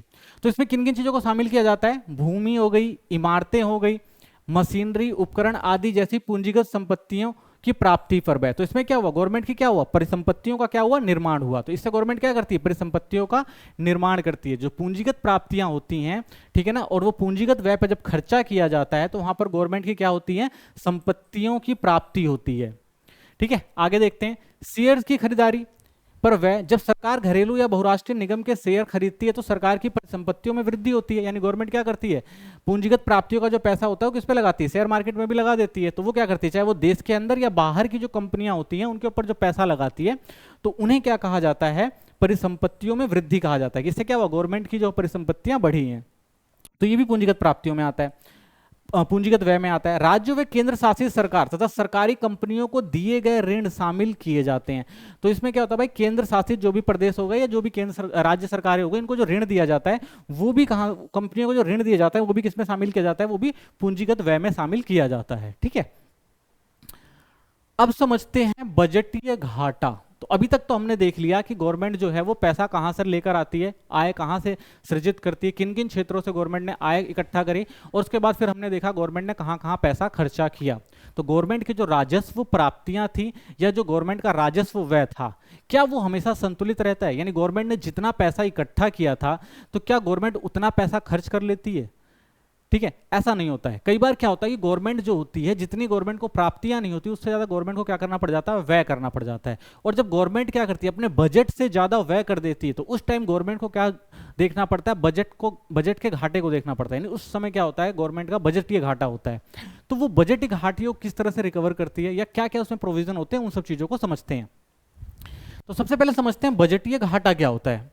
तो बजटीय घाटे से अभिप्राय सरकार के कुल व्यय, यानी गवर्नमेंट ने कितना जो है वो खर्चा किया, राजस्व व्यय प्लस पूंजीगत व्यय, ठीक है, का कुल प्राप्तियों, यानी राजस्व प्राप्तियां प्लस पूंजीगत प्राप्तियों से अधिक होने से, दूसरे शब्दों में कहें तो जब सरकार की चालू राजस्व प्राप्तियां और निवल पूंजीगत प्राप्तियों का जोड़ कुल व्यय से कम रह जाता है, तो उसे बजटीय घाटा या कुल घाटा, बजट घाटा भी कहते हैं। यानी इसमें क्या हुआ, बजट घाटा क्या हुआ, यानी गवर्नमेंट ने क्या किया भाई, जो उसके पास क्या होता, पूंजीगत जो राजस्व व्यय, जो उसके पास राजस्व प्राप्तियां हुई थी, यानी जिसने राजस्व से जो पैसा इकट्ठा किया, और प्लस में जो उसने कहा पूंजीगत प्राप्तियों से पैसा इकट्ठा किया, यानी इन दोनों पैसों को जोड़ के, ठीक है, फिर जो उसने खर्चा किया किस पे, राजस्व व्यय पे और पूंजीगत व्यय पे, इसको दोनों को जोड़ के अगर हम माइनस कर दे तो क्या निकल कर आएगा, पता लग जाएगा कि भाई बजट घाटे में है या बजट जो है वो मुनाफे में है। तो बजट घाटा कैसे निकाला जाता है, कुल व्यय और कुल प्राप्तियां, ठीक है ना। अगर हम इसको क्या माने, इन दोनों को क्या माने, कुल व्यय मांगे, और उसको क्या माने, कुल प्राप्तियां मान लिए, ठीक है। तो मान लीजिए हमारा जो कुल, जो हमारे पास जो कुल व्यय, जो कुल प्राप्तियां थी, मान लीजिए हमारे पास कुल प्राप्तियां जो हुई, ठीक है, वो 1000 हुई, ठीक है, और हमने जो खर्चा किया वो खर्चा कितना कर दिया हमने, खर्चा हमने कर दिया 1200, ठीक है। अगर 1200 खर्चा कर देते हैं तो इसका मतलब हम क्या देख रहे हैं, बजट हमारा क्या था, बजट था हमारा कितना, 1000 का, यानी हमारी कुल प्राप्तियां कितनी थी, 1000 की थी, और हमने व्यय कितना कर दिया, 1200 खर्च कर दिया। इसका मतलब हम क्या कहेंगे, हमारे बजट को क्या हुआ, घाटा हुआ ना, यानी 200 का क्या हुआ, घाटा हो गया। तो ये 200 क्या हुआ हमारा, ये हो गया बजटीय घाटा। यानी जब गवर्नमेंट, जितनी गवर्नमेंट की क्या होती है, जो गवर्नमेंट कुल प्राप्तियां करती हैं, अगर उनको जोड़ दें, चाहे वो राजस्व प्राप्तियां हो चाहे पूंजीगत प्राप्तियां हो, इन दोनों को जोड़ दें और प्लस में और माइनस कर दें किससे, राजस्व व्यय और पूंजीगत, यानी कुल, यानी कुल जो गवर्नमेंट ने व्यय किया था और जो कुल प्राप्तियां की थी, अगर कुल प्राप्तियां जो होती हैं वो क्या होती हैं, हमारी कम हो जाती हैं, और कुल व्यय जो होता है वो ज्यादा हो जाता है, तो ये जो होता है वो राजस्व घाटा होता है, ठीक है ना, सॉरी बजटीय घाटा होता है। तो उसे हम क्या कहते हैं, बजटीय घाटा कहते हैं। अब बजटीय घाटे के माप, यानी जो बजट का घाटा हुआ उसको हम कैसे मापेंगे, कैसे पता लगेगा भाई बजट घाटे में है, तो इसको 3 प्रकार से नापा जाता है। एक होता है हमारा राजस्व घाटा, दूसरा हमारा होता है प्राथमिक घाटा, और तीसरा जो हमारा होता है वो राजकोषीय घाटा। यानी 3 पार्ट में हम डिवाइड कर सकते हैं अपने बजटीय घाटे को। तो सबसे पहले समझते हैं हम राजस्व घाटा क्या होता है, यानी किस तरह से देश में जब बजट बनाया जाता है तो कई बार वहां पर राजस्व घाटा देखने को मिलता है। तो राजस्व घाटे से अभिप्राय सरकार की राजस्व प्राप्तियों, ठीक है ना, जो हमारा किससे आता है, कर राजस्व और गैर कर राजस्व से आता है। जो हमने देखा था, जो हमारी राजस्व प्राप्तियां होती है वो कहां से आती हैं, कर राजस्व और गैर कर राजस्व। अगर इनको जोड़ दें की तुलना में राजस्व व्यय से अधिक होने से है, यानी इसमें क्या होगा कि जो हमने कर राजस्व और गैर कर राजस्व जो हमने इकट्ठा किया था उससे खर्चा क्या हो जाए, ज्यादा हो जाए। तो सरकार जब प्राप्त किए गए राजस्व से अधिक व्यय करती है तो उसे राजस्व घाटा सहना पड़ता है। यानी गवर्नमेंट क्या कर रही है, गवर्नमेंट ने राजस्व कितना इकट्ठा किया, अगर मान लीजिए इसमें सिर्फ क्या होता है, राजस्व का पैसा इकट्ठा किया जाता है, ठीक है ना, राजस्व प्राप्तियां होती हैं, जो राजस्व होता है वो, ठीक है। तो राजस्व यानी जो गवर्नमेंट ने किससे, कर राजस्व और गैर कर राजस्व, जैसे हमने बताया था, कर राजस्व वो होता है जो गवर्नमेंट, जिसमें क्या होती है, गवर्नमेंट की जो होती है वो देनदारियां, यानी देनदारियां नहीं होती, सिर्फ गवर्नमेंट क्या करता है, प्राप्तियां करता है, यानी इसको सिर्फ मिलता है, तो उसे क्या कहा जाता है, राजस्व व्यय कहा जाता है, ठीक है ना। तो कर राजस्व और गैर कर राजस्व, अगर इन दोनों को प्लस कर देते हैं, ठीक है, यानी यहां से जो पैसा आया था, यानी गैर कर राजस्व से जो पैसा आया था, और दूसरा हमने देखा था गवर्नमेंट व्यय भी कहां करती है, इन्हीं का पैसा जो होता है वो गैर कर राजस्व और गैर राजस्व को गवर्नमेंट कहां खर्चा करती है, राजस्व व्यय पर खर्चा करती है। यानी जब राजस्व का पैसा, यानी जो हमने राजस्व इकट्ठा किया था, यानी जो कुल राजस्व जो घाटा था, ठीक है ना, कुल राजस्व प्राप्तियों से क्या हो जाता है, वो कम हो जाता है। तो क्या कहते हैं, जो हमारा कुल राजस्व हमने इकट्ठा किया था तो वो क्या हो जाए, यानी जो हमने राजस्व प्राप्तियां करी थी, मान लीजिए अगर हमने सिर्फ राजस्व से कितना पैसा उठाया था, अगर राजस्व से हमने कितना पैसा उठाया था, 1000 रुपए उठाया था, ठीक है, तो राजस्व से अगर हमारे पास कितना हुआ था, 1000 हुआ था, वही हमने कुल राजस्व पे खर्चा कितना कर दिया, अगर हमने 1200 खर्चा कर दिया तो हम कह सकते हैं कि हमें सिर्फ राजस्व में यानी कुल राजस्व में कितना घाटा हुआ, 200 का घाटा हुआ। ठीक है, तो हम कह सकते हैं कि राजस्व घाटा वो घाटा होता है जो राजस्व जो हमारे पास प्राप्तियां होती हैं और जो राजस्व व्यय पे हम क्या कर देते हैं, उसको खर्चा करते हैं। ठीक है, तो कह सकते हैं राजस्व घाटा वो होता है। ठीक है, अब समझते हैं कि अगर राजस्व घाटा हो जाए यानी राजस्व का जो पैसा आया था उससे अगर घाटा हो जाए तो क्या होगा, क्या प्रभाव पड़ेगा। राजस्व घाटा सरकार की अपवचतों को दर्शाता है क्योंकि इस घाटे को सरकार अपनी पूंजीगत प्राप्तियों से उधार लेकर या अपनी परिसंपत्तियां बेचकर पूरा करती है। यानी अगर गवर्नमेंट को क्या हो गया है, अगर गवर्नमेंट को राजस्व घाटा हो जाता है तो गवर्नमेंट क्या करेगी, अगर गवर्नमेंट को घाटा हो जाता है तो गवर्नमेंट क्या करती है, वो कहां से उधार लेकर यानी उधार लेकर उसको खर्चा करेगी। ठीक है, जैसा हमने ये समझा था कि मान लीजिए अगर गवर्नमेंट को कितना था, 200 रुपए का अगर घाटा हुआ, ठीक है, यानी उसकी कुल प्राप्तियां, अगर हम प्राप्तियां की बात करें, गवर्नमेंट ने प्राप्त कितना किया था, प्राप्त किया था 1000।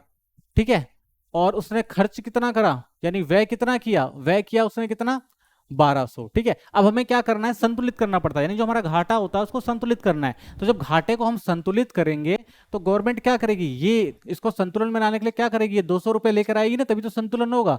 और इसके बाद क्या हो जाएगा, ये जो होगा ये होगा हमारा उधार, और इस उधार को किसमें जोड़ दिया जाएगा, प्राप्तियों में जोड़ दिया जाएगा। ठीक है, तो इससे क्या होगा, गवर्नमेंट की क्या बढ़ेगी, अगर गवर्नमेंट ने लोन ले लिया, उधार ले लिया तो क्या हुआ, देनदारियां बढ़ गई। ठीक है, लेकिन घाटे को संतुलित करना भी जरूरी होता है, तो इसलिए गवर्नमेंट क्या करती है, उधार लेकर जो घाटा हो रहा होता है उसको पूरा कर लेती है। चूंकि सरकार अपने अधिक के उपभोग व्यय को मुख्यतः पूंजीगत खाते से उधार लेकर पूरा करती है, इसलिए स्फुटकर स्थिति यानी कीमतों में निरंतर वृद्धि उत्पन्न होने का भय बना रहता है। यानी गवर्नमेंट ने क्या किया, अपने घाटे को पूरा करने के लिए क्या किया, उधार में पैसा ले लिया, मार्केट में पैसे का फ्लो हो जाता है, और इससे क्या होता है, स्थिर स्थिति बन जाती है, और जब स्फीतकारी स्थिति बनती है तो कीमतों में क्या होती है, निरंतर वृद्धि होती है।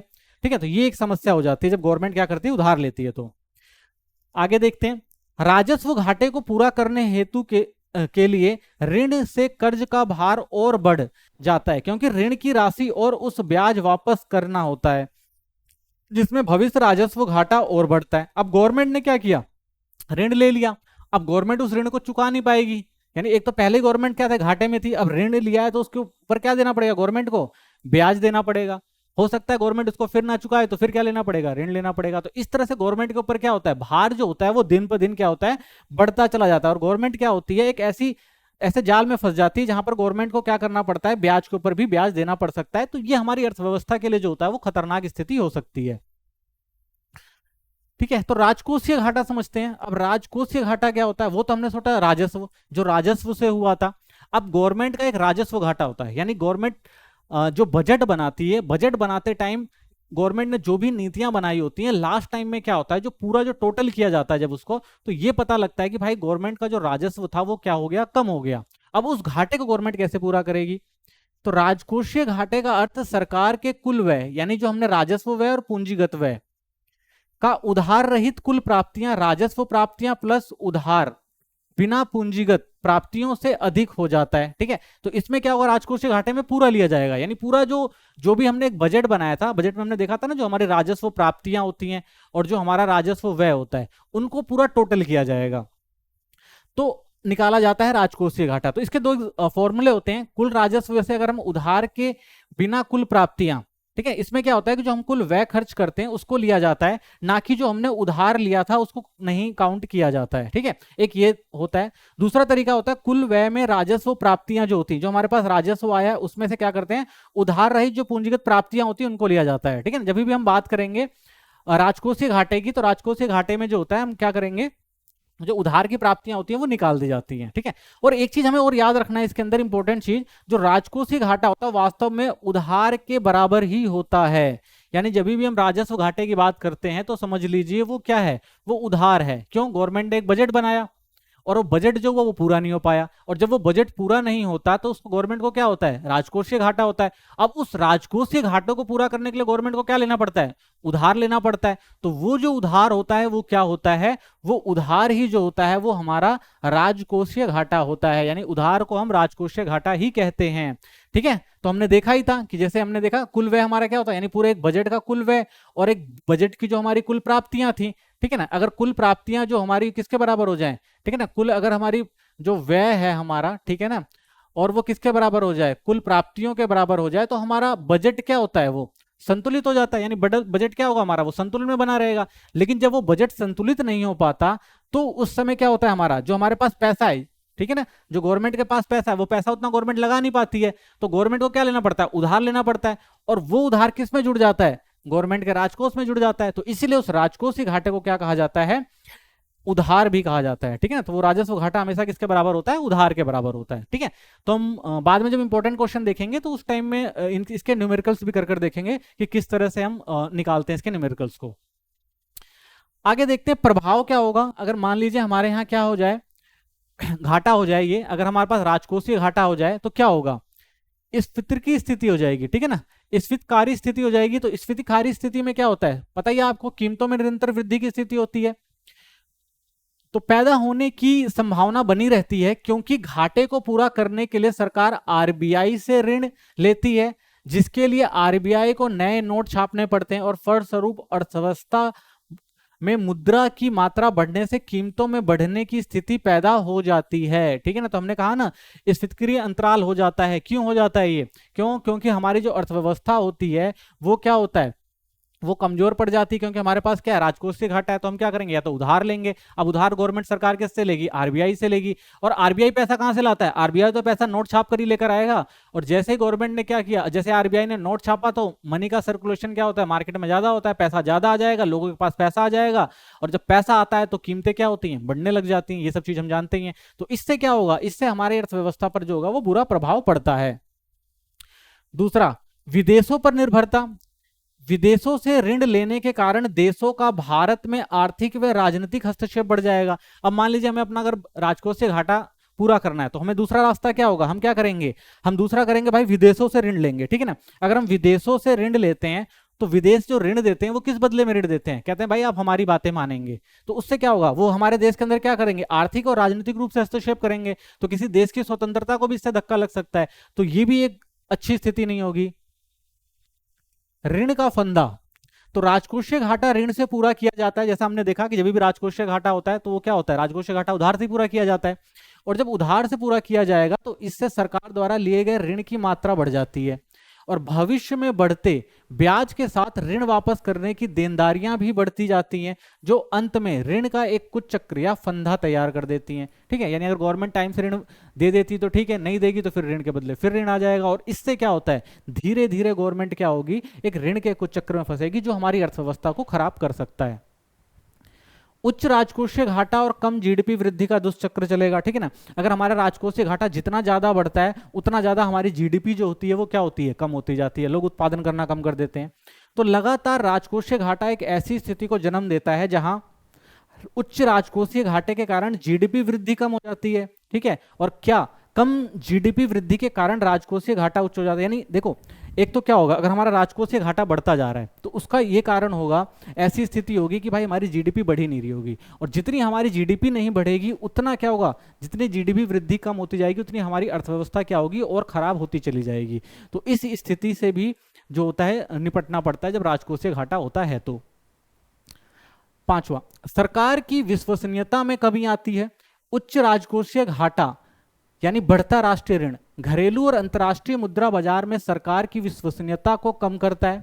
सरकार और अर्थव्यवस्था की क्रेडिट रेटिंग कम हो जाती है। कम क्रेडिट रेटिंग के कारण वैश्विक निवेशक घरेलू अर्थव्यवस्था से अपना निवेश वापस लेना शुरू कर देते हैं। परिणाम स्वरूप जीडीपी से वृद्धि कम हो जाती है। ठीक है ना, तो जीडीपी जो वृद्धि होगी कम होगी। क्या होगा भाई, अगर मान लीजिए कि किसी सरकार के पास जो है वो क्या हो रहा है, उसका जो अर्थव्यवस्था है वो निकल ही नहीं पा रही है, घाटे पे घाटा होता जा रहा है, तो एक टाइम ऐसा आएगा कि सरकार की जो क्रेडिट रेटिंग होगी वो कम हो जाएगी। ठीक है, क्यों, क्योंकि लोगों में अविश्वास फैलेगा, बेरोजगारी होगी, ठीक है ना, संसाधनों की कमी होगी, तो लोग क्या करेंगे, उसका विरोध करेंगे। तो इससे जो विदेशों में आई कंपनियां किसी देश के अंदर उत्पादन कर रही होती हैं तो उनको लगता है कि भाई हमारी कंपनी को भी इससे नुकसान हो सकता है, तो उन्होंने जो भी निवेश किया होता है उस निवेश को क्या करना शुरू करते हैं, वो वापस लेना शुरू करते हैं। और इससे क्या होता है, हमारी जीडीपी जो होती है क्या होती है, और ज्यादा गिरती है, और इससे गरीबी बेरोजगारी और ज्यादा होती है। ठीक है ना, और सरकार उसके ऊपर जो होता है वो अतिरिक्त दबाव पड़ने लग जाता है और सरकार अपनी विश्वसनीयता भी खो देती है। ठीक है, लोग विरोध करने लग जाते हैं। ठीक है, इसका ताज़ा एग्जाम्पल देख सकते हो आप, श्रीलंका में ऐसा हुआ था। ठीक है ना, और साथ में अलग अलग देशों में ऐसी चीजें देखने को मिल जाती है आपको। अब समझते हैं प्राथमिक घाटा।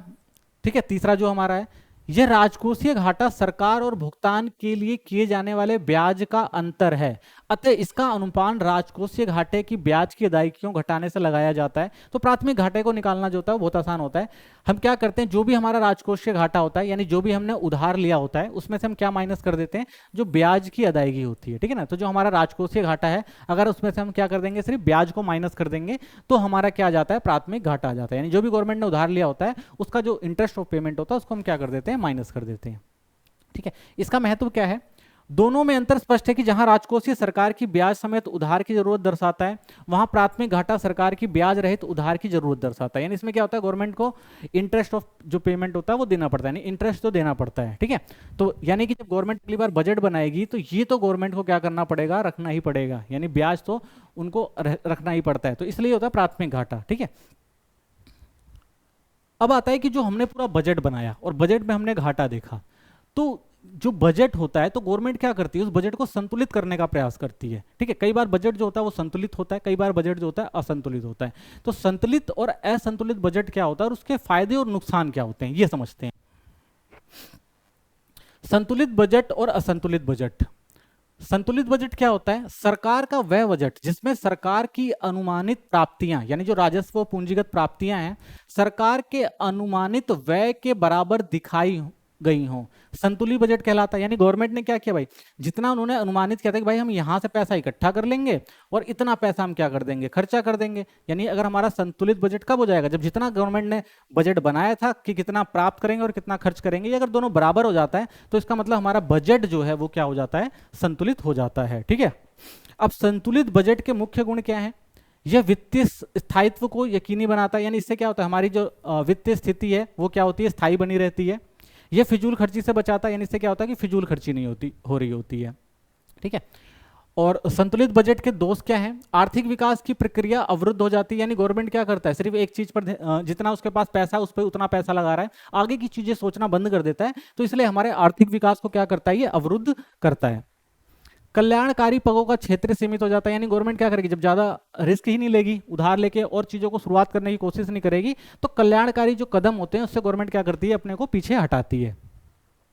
अब समझते हैं असंतुलित बजट क्या होता है।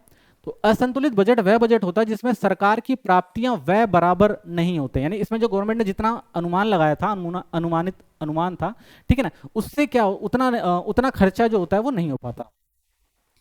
यह निम्न में से कोई भी स्थिति हो सकती है। यानी दो प्रकार के हो सकते हैं असंतुलित बजट, ये एक बचत का बजट हो सकता है या एक घाटे का बजट हो सकता है। तो असंतुलित बजट को हम दो पार्ट में डिवाइड कर सकते हैं, या तो क्या कर लेगी गवर्नमेंट, बचा लेगी, और यह था गवर्नमेंट को क्या होगा, घाटा होगा। तो असंतुलित दो तरह से हो सकता है, क्योंकि संतुलित क्या है, जितनी प्राप्तियां थी उतना व्यय कर दिया तो वो संतुलित हो गया। लेकिन दो चीजें और हो सकती हैं असंतुलित बजट में, क्या हो सकती हैं, या तो गवर्नमेंट क्या करेगी, पैसा बचा लेगी, या तो गवर्नमेंट क्या करेगी, घाटे में जाएगी। तो बचत का बजट क्या होता है, जब बचत में सरकार की प्राप्तियां सरकार के खर्चे से अधिक दिखाई देती हैं। ठीक है, तो उस बजट को बचत का बजट कहते हैं, और सरकार का राजस्व सरकार के व्यय से अधिक होता है। यानी बचत क्या, गवर्नमेंट क्या कर रही है, इसमें अपने जो बजट है उसको क्या कर रही है, बचाने का प्रयास कर रही है। ठीक है, यानी अनुमानित जो प्राप्तियां होती है, यानी गवर्नमेंट ने यहां से अच्छा खासा पैसा इकट्ठा किया, ठीक है ना, लेकिन क्या किया, व्यय नहीं किया, खर्चा नहीं किया। यानी इसमें गवर्नमेंट क्या कर रही है, बचत कर रही है। यानी जो बजट था, जो बजट था उसको गवर्नमेंट ने क्या कर लिया, बचत कर लिया, यानी बचा लिया। ठीक है, और अगर तो इसमें क्या होगी, हमारी जो अनुमानित जो सरकारी प्राप्तियां हैं वो क्या होती हैं, ज्यादा होती हैं, और गवर्नमेंट खर्चा क्या कर रही होती है, जो सरकारी जो खर्चा है वो क्या हो रहा होता है, सरकार जो खर्चा करती है वो कम करती है। तो बचत का जो बजट होता है उसके गुण क्या होते हैं, अगर गवर्नमेंट ने अपना जो बजट था उससे पैसा बचा लिया तो क्या होगा, सरकारी बजट में बचत से देश की वित्तीय स्थिरता बढ़ती है। यानी इसमें क्या होगा, स्थिरता हम स्थिर रहेगी, क्योंकि हमारे पास क्या है, पैसा ज्यादा है, तो हम अपने जो पैसा है वो कहीं भी लगा सकते हैं, कैसे भी यूज कर सकते हैं, स्थिरता दे सकते हैं। बजट में बचत का हिस्सा भविष्य की विकास परियोजनाओं, इंफ्रास्ट्रक्चर, शिक्षा, स्वास्थ्य और अन्य महत्वपूर्ण क्षेत्रों में निवेश किया जा सकता है। उसके बाद गवर्नमेंट के पास अगर पैसा है तो भविष्य में वो जहां चाहे वहां पर क्या कर सकती है, जो भी इंफ्रास्ट्रक्चर वगैरह उस पर गवर्नमेंट क्या कर सकती है, खर्चा कर सकती है। ठीक है, सरकारी बचत जो होती है, बजट बजट बजट से अनावश्यक खर्चों को नियंत्रित कर मुद्रास्फीति पर काबू पा सकती है। तो गवर्नमेंट क्या करेगी, अनावश्यक खर्चा नहीं करेगी, तो इससे क्या नहीं होगा, मुद्रास्फीति नहीं होगी। तो ये क्या, अगर ये बचत का जो बजट होता है, ये कुछ फायदे हैं, लेकिन इसके दोष भी हैं, ठीक है ना। अगर बचत कर रही है गवर्नमेंट तो उसका दोष भी है। सरकारी बजट के कारण सरकारी खर्चों में कटौती हो जाती है और आर्थिक विकास की गति धीमी हो जाती है। गवर्नमेंट क्या करेगी, बचत के चक्कर में क्या करेगी, जो आर्थिक विकास की नीति है उसको अपनाएगी नहीं। तो इससे क्या होता है, इससे घाटा भी हो सकता है ना, आर्थिक विकास रुक जाएगा। महत्वपूर्ण परियोजनाओं में कटौती होती है, जनता में असंतोष फैलता है। गवर्नमेंट क्या करेगी, सोचेगी भाई हम क्या करते हैं, पैसा बचा लेते हैं, आय बचा लेते हैं, भविष्य में यूज करेंगे। लेकिन भविष्य के यूज में वर्तमान क्या होता है, उनका संकट में आ जाता है, जनता में असंतोष फैलता है कि भाई कोई नई परियोजनाएं नहीं लाई जा रही हैं, नई चीजें नहीं लाई जा रही हैं, लोगों को रोजगार नहीं मिल रहा है। तो ये भी क्या होती है, एक समस्या जो होती है खड़ी होती है इससे। तो सरकार के प्रति विश्वास में कमी आएगी, ठीक है। तो अगर गवर्नमेंट ढंग से क्या करनी होगी, आर्थिक विकास नहीं कर रही होगी, तो लोग उसको क्या देखेंगे, शक की दृष्टि से देखेंगे। तो सरकार के विकास में भी क्या, विश्वास में क्या आती है, लोग कमी देखते हैं। लास्ट है कि हमारा घाटे का बजट, ठीक है ना। अगर घाटे का बजट हो जाए तो क्या समस्या हो सकती है, जब बजट में सरकारी व्यय सरकारी प्राप्तियों से अधिक दिखाया जाता है तो उस बजट को घाटे का बजट कहते हैं। और घाटे के बजट में सरकारी व्यय सरकार की आय से अधिक हो जाती है, ठीक है। तो अब क्या कह रहे हैं, हम घाटे की बात कर रहे हैं। अब इसमें क्या होगा, गवर्नमेंट ने जो सरकारी प्राप्तियां, यानी जो गवर्नमेंट ने प्राप्तियां करी थी, वो क्या होता है, व्यय से ज्यादा व्यय ज्यादा हो जाता है। यानी गवर्नमेंट यहाँ पे क्या करती है, आय जो होती है वो कम सृजित हो पाती है, लेकिन गवर्नमेंट आय से ज्यादा क्या कर देती है, वो खर्चा कर देती है। यानी जितना गवर्नमेंट ने प्राप्तियां नहीं करी उससे ज्यादा क्या कर दिया, व्यय कर दिया। तो इससे भी क्या होता है, अर्थव्यवस्था में समस्याएं और कुछ फायदे भी होते हैं। तो विकासशील अर्थव्यवस्था के लिए घाटे के बजट के विशेष लाभ, यानी अगर कोई एक विकासशील अर्थव्यवस्था है तो उसमें घाटे के बजट से क्या फायदा होता है, ये आर्थिक समृद्धि की गति को बढ़ाता है, ठीक है। तो आर्थिक समृद्धि की गति को बढ़ाएगा, क्योंकि अगर घाटा है तो इसका मतलब क्या है, गवर्नमेंट ने क्या किया है, अपने को और आगे बढ़ाने के लिए, आर्थिक स्थिरता को हासिल करने के लिए उधार पैसा लिया होगा। बेशक से घाटा हुआ तो क्या हुआ, लेकिन गवर्नमेंट क्या कर रही है, महत्वपूर्ण परियोजनाओं के लिए बेशक से उधार ले रही है, लेकिन पैसा तो खर्च कर रही है। यह लोगों के कल्याणकारी कार्यक्रम को लागू कराने में सहायक होती है। इससे गवर्नमेंट क्या कर सकती है, बहुत सारे नए काम जारी कर सकती है, ठीक है ना। बेशक से उधार से पैसा लेना पड़ रहा है, लेकिन फिर भी गवर्नमेंट क्या कर रही है, लोगों के कल्याणकारी काम तो कर रही है ना। तो ये जरूरी है। विकासशील अर्थव्यवस्था के लिए घाटे के बजट के विशेष दोष भी होते हैं। यहाँ सरकार की अनावश्यक और फिजूल खर्ची को बढ़ाता है। तो इसमें क्या करती है गवर्नमेंट, कई बार क्या करती है गवर्नमेंट, पैसा तो उधार पे लेती है लेकिन उसका सही इस्तेमाल नहीं करता और अनावश्यक और फिजूल खर्ची भी करती है। तो इससे भी क्या होता है, अर्थव्यवस्था को नुकसान होता है। इससे वित्तीय और राजनीतिक अस्थिरता उत्पन्न होने का डर बना रहता है। यानी अगर एक जो देश है, अगर वहां पर क्या है, अच्छा विकास नहीं है और ऋण और उधार ज्यादा है, ठीक है ना, उससे क्या होता है, सरकार पे क्या बनता है, एक बोझ बनता है। और उस बोझ के कारण क्या होता है, राजनीतिक और वित्तीय दोनों अस्थिरता देखने को मिलती है। सरकार की जो जवाबदेही होती है वो उस टाइम जरूरी हो जाती है, ठीक है ना। वित्तीय स्तर पर भी और राजनीतिक स्तर पर भी लोगों को जवाब देना पड़ता है। तेजी, निरंतर बढ़ती हुई कीमतों की स्थिति में बचत वाला बजट, ठीक है ना, और मंदी की स्थिति में घाटे वाला बजट अपनाना चाहिए। अब गवर्नमेंट क्या करती है भाई, तो ये हमने देखे सारे जो बजट है, तो गवर्नमेंट को क्या करना चाहिए, तो गवर्नमेंट इसीलिए देखती है कि हमें किस हिसाब से चलना चाहिए, तो उसी हिसाब से गवर्नमेंट अपनी अपनी जो होती है बजट की नीतियां बनाती है, ठीक है। अगर तेजी है तो बढ़ती हुई कीमतें हैं तो क्या करता है, बजट वाला बजट। और अगर लगता है भाई मंदी है तो उस टाइम में क्या होता है, घाटे वाला बजट। तो गवर्नमेंट क्या करती है, जो भी स्थिति होती है, आर्थिक स्थिति उस टाइम होती है, तो उस हिसाब से क्या करती है, अपना जो भी बजट होता है उसको पूरा करने का प्रयास करती है, ठीक है। तो इसी के साथ जो हमारा ये है टॉपिक वो पूरा हो जाता है। थैंक फॉर वॉचिंग, मिलते हैं नेक्स्ट वीडियो में। Thank you. चैनल को सब्सक्राइब कर दें, लाइक कर दें, और अगर आपके कोई कमेंट है तो कमेंट कर दीजिएगा। Thank you.